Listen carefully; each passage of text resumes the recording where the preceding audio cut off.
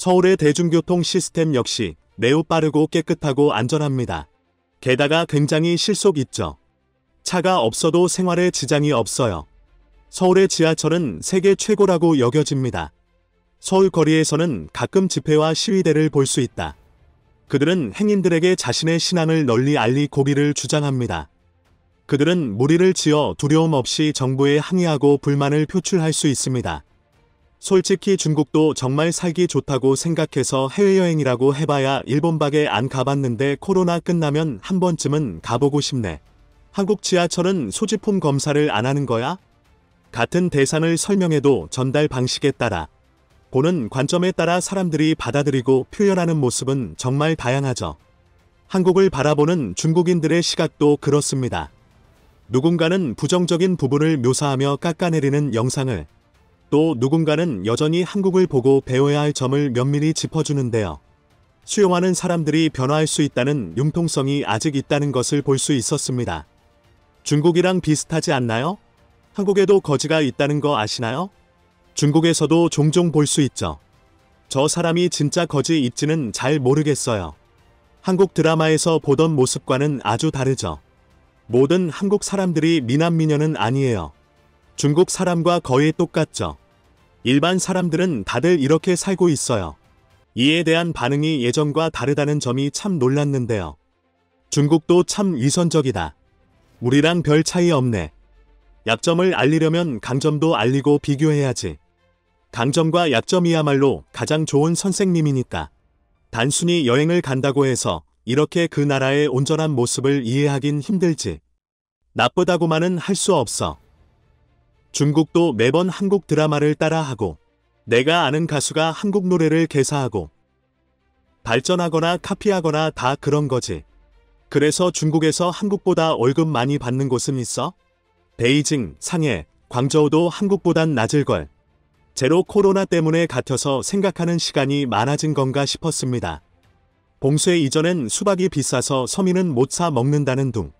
한국은 가난하면서 삽친국인 척한다는 식의 깎아내리는 영상과 거기에 동조하는 반응들이 줄을 이겼었으니까요. 이를 일방적으로 동조하는 것이 아닌 대상의 강점을 이해하려 하고, 또 자신들의 상황과 비교하는 모습이 낯설기만 합니다. 서울은 한국의 수도이자 가장 큰 도시입니다.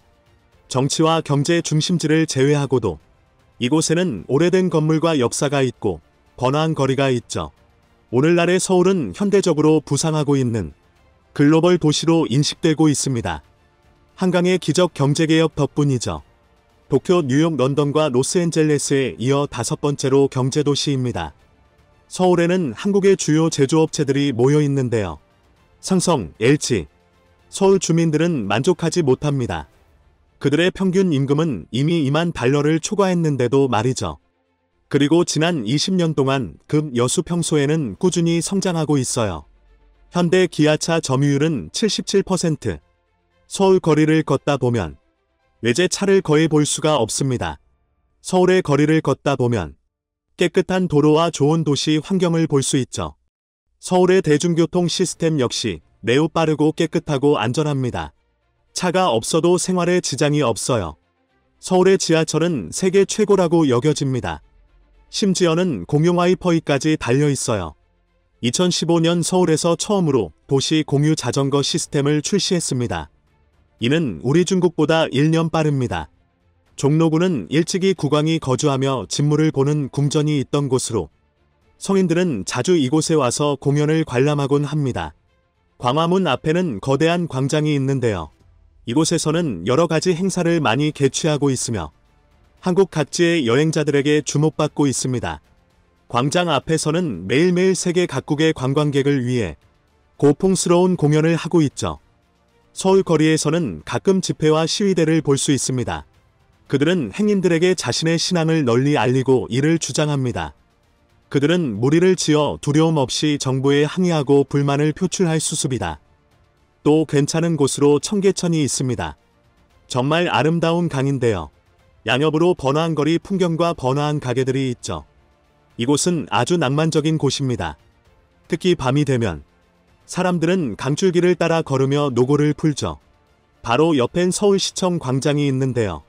이곳에서는 각종 전시회와 여러 가지 이벤트들이 열립니다. 밤엔 명동거리에 가보세요. 각종 먹거리가 가득하죠.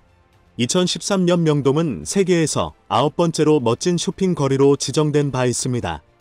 남대문 케이블카 역시 서울 시민들이 사랑하는 랜드마크 중 하나인데요. 거의 60년 동안 케이블카가 매일 운행되었으며 유일한 등대남 산타워는 아름다운 경치를 보여줍니다. 한국 영화나 예능에 자주 나온 후 남산타워는 유명 랜드마크가 되었으며 인기 있는 데이트 코스이기도 합니다. 서울 중심부에서 동쪽으로는 세계적인 건축가 자하 하디드가 설계한 DDP 동대문 디지털 플라자가 있는데요. 이곳은 늘 박물관 전시와 각종 문화 체험을 제공하고 있습니다. 인플루언서들의 성지이기도 하죠. 2010년 서울은 세계 디자인 수도 선정되었는데요. 서울 도시 전체의 건축 밀집도 역시 전 세계 상위권에 속합니다. 서울의 경제 중심지는 한강 남쪽에 위치한 강남입니다. 아마 한국의 강남이라는 지역을 들어봤을 겁니다. 한때는 전 세계를 휩쓴 노래 강남 스타일이죠. 이러한 점을 종합해봤을 때 서울 전체 인프라가 매원 어른스럽다는 것을 알 수 있습니다. 일단 대규모 공사 흔적 따위는 볼 수도 없죠. 도로와 전체 환경 모두 상당히 괜찮습니다. 비가 오는 날에도 물에 잠기는 경우는 거의 없습니다. 이곳은 한국의 실리콘밸리로 불립니다. 통신사, IT 기업은 물론 지하 쇼핑센터와 대형 쇼핑몰들이 밀집해 있습니다. 이곳에서 일하는 직장인들은 생활의 거의 모든 것을 한 번에 해결할 수 있죠. 감정적인 것도요. 이건 강남 스타일 조각상입니다. 조각상 옆에서 춤추는 사람들을 자주 볼 수 있는데요. 이들은 335 모여 춤추고 노래하고 기념 촬영을 합니다. 서울을 돌아다니다 보면 어디서든 저 먼 롯데타워를 볼 수 있을 겁니다. 123층, 555m의 마천루이며 한국에서 가장 높은 빌딩입니다. 세계 6위에 올라가 있으며 2017년부터 일반인에게 개방되었습니다. 꼭대기 층에 올라가 볼 수 있는데요. 서울시의 여러 가교와 건물들을 한눈에 담을 수 있습니다. 한국에 여행하러 온다면 여기만큼은 반드시 가야 한다고 생각해요. 서울 홍대거리, 활기찬 햇살 같은 곳이죠. 예술적 분위기라 물씬 풍기는 곳이자 한국 대학생들의 상권이 형성된 곳입니다. 이곳은 대학생을 위한 각종 부티크 상점으로 가득 차 있습니다. 카페도 많고 음악과 각종 엔터테인먼트 장소, 학생들의 버스킹 공연도 자주 볼 수 있고 어떤 이는 방송을 하기도 합니다. 대학가 근처이다 보니 젊은이들은 몇 배로 많고 각양각색의 작은 가게와 일상적인 모습도 이곳에서 볼 수 있습니다. 이렇게 인구가 밀집되어 있음에도 불구하고 서울에는 많은 공원과 쉴 수 있는 정자도 볼 수 있습니다. 산책로 주변으로 운동기구도 많이 있는데요. 이곳에 거주하는 시민들을 위한 것으로 훌륭한 휴식을 제공하죠. 노인들은 운동기구들로 운동하죠. 2017년엔 관광객 수가 1000만 명을 넘겼다고 합니다. 또 서울은 매우 안전한 도시입니다. 살X, 폭X 같은 범죄는 보기 힘들고 소매치기도 거의 없습니다. 밤에 여성 혼자 외출해도 걱정 없죠. 건물들도 매우 정교합니다. 건물 내 엘리베이터와 복도마저 매우 깨끗한데요. 아파트 주변 교통도 편리하고 외출 시 물건을 사는 것 또한 매우 편리하죠. 밤이 되면 먹거리와 놀거리도 풍부합니다. 여기 이 사람들 보세요. 고기가 아주 먹음직스럽죠. 서울은 우리 식문화와도 굉장히 비슷합니다. 각종 반찬하며 볶음 요리 등 중국에서도 자주 볼 수 있죠.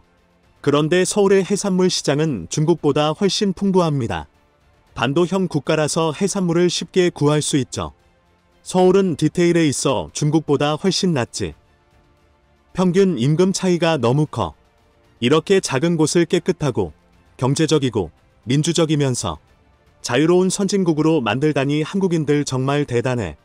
영상에 나온 곳 다 가봤는데 정말 깨끗하고 번화한 곳이었어. 우리 교육은 아직 멀었어. 사람들의 정신 자체가 달라. 거리의 사람들 너무 행복해 보인다. 현실과 국가 간의 감정은 분리하고 봐야겠지. 한국 패션은 20년 가까이 우리에게 영향을 주었고 화장품은 진짜 최고야. 무엇이 좋은지는 써보면 다 알잖아.